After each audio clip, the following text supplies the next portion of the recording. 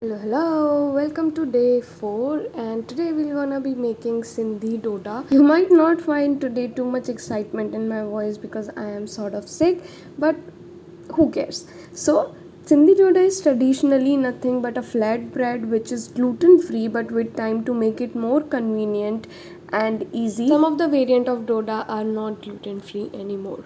The one I am making today is with normal wheat flour, but the most popular in the winter time is one made with a rice flour. Some of the points you should remember while making Dodas are as follows. First of all, onions, potatoes, tomatoes, whatever vegetable you put leaves water. So you have to be very careful while kneading the dough. Add as less water as you can and make a very tight dough. Unlike me, mine was rested for too long because I was sick. If any case you don't get that consistency I'm talking about, you can do what I have done in this video and you will get a perfect doda for yourself. This is my take on doda and I hope you like it and came to know about one more new dish.